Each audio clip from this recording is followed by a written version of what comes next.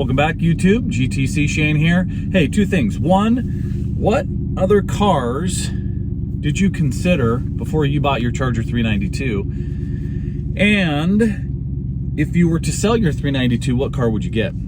Or would you consider competition? Let's talk about it.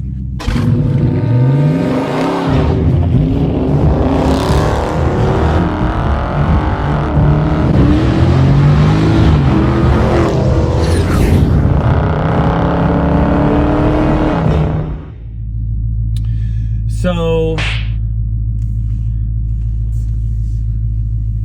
I think there's two perspectives on my part. One is when I shopped for this car, I would argue that I actually drove the competition many years before that. This is a unique car because if you look at the specs and you say, okay, four-door sports sedan with a V8, muscle car, four-door, there's not a whole lot in that class. I mean, the Chevy SS, 2017 Chevy SS was the final year they made it. I had that car.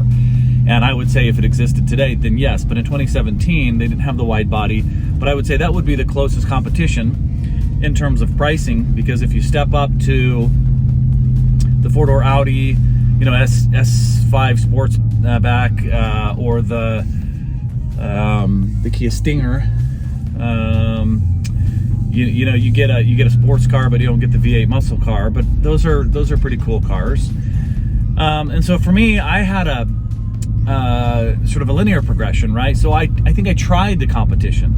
I had the four-door BMW sports car 340i. I had the four-door Lexus sports car, even though it was the ISF or the you know, the current one, the 500 that's got the naturally aspirated V8, which is pretty cool.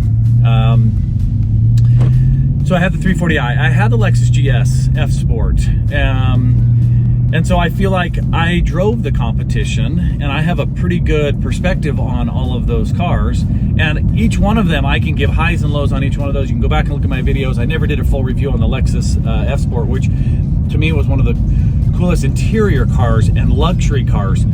Just everything was, you know, top finish on the inside. It was just super luxurious, smooth to drive, quiet. Lacking, in my opinion, like 100 horsepower, even though it had a, you know, 315 horsepower. It was adequate, but it was not like inspiring to drive. And that's a typical Lexus, right? Is they're not known to just be like sports cars. They're there to give you kind of that balance.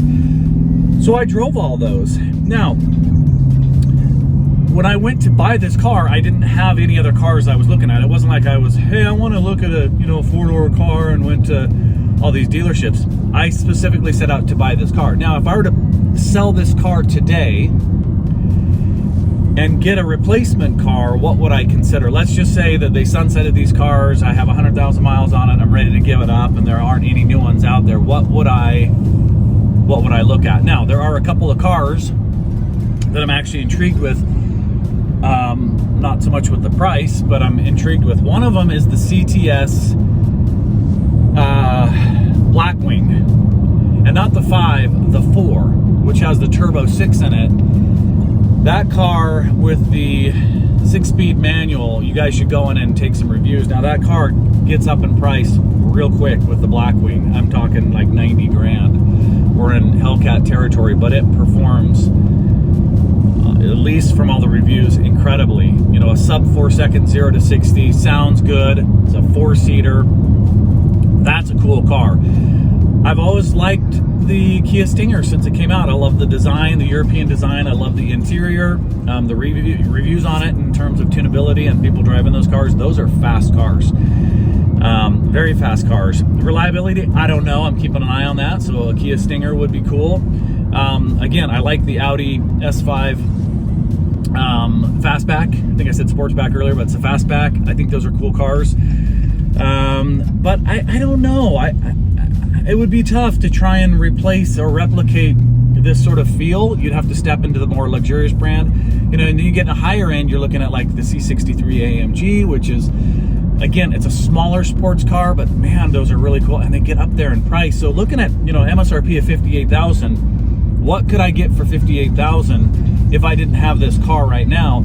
I think even the BMW the M340i.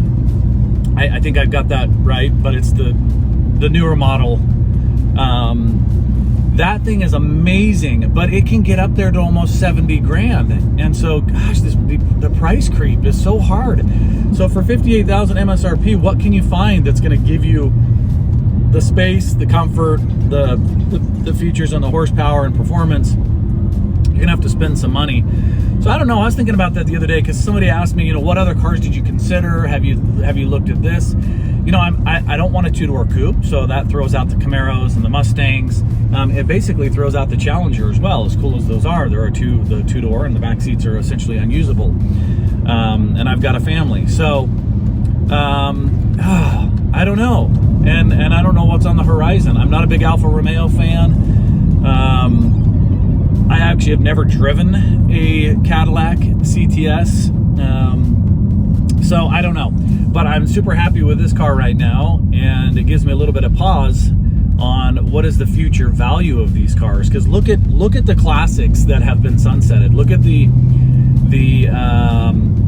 E36 M3, the one with the straight six, right? Early 2000s. Those cars, you can buy them with high mileage for in the 20s, but low mileage, you're going to pay $40,000+ for them. Wow. A 2003 M3.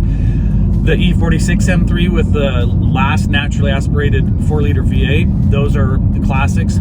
I looked up the other day, 2017 Chevy SS had 30,000 miles on it. Somebody was asking $58,000. I bought mine for 47 and ended up selling it for like right at 40. But those are classics now. So what are these cars going to be worth? All of those cars 5-10 years down the road, especially the ones that are going away, it seems like all of those classics hold their value incredibly well. And I'm not like gonna hold this car just because of the value, but it just makes you think about those cars that go away. So anyways, I don't know, just conversation, curious what you guys cross-shopped. Was there anything else that you drove that you considered? If you sold your 392 today and had to go out and get something that you felt would satisfy and tick all the boxes, what else would you get? All right, thanks so much, guys. Have a great it's a weekend, beautiful day today. Have a great weekend. Thanks for watching. Tune in next time.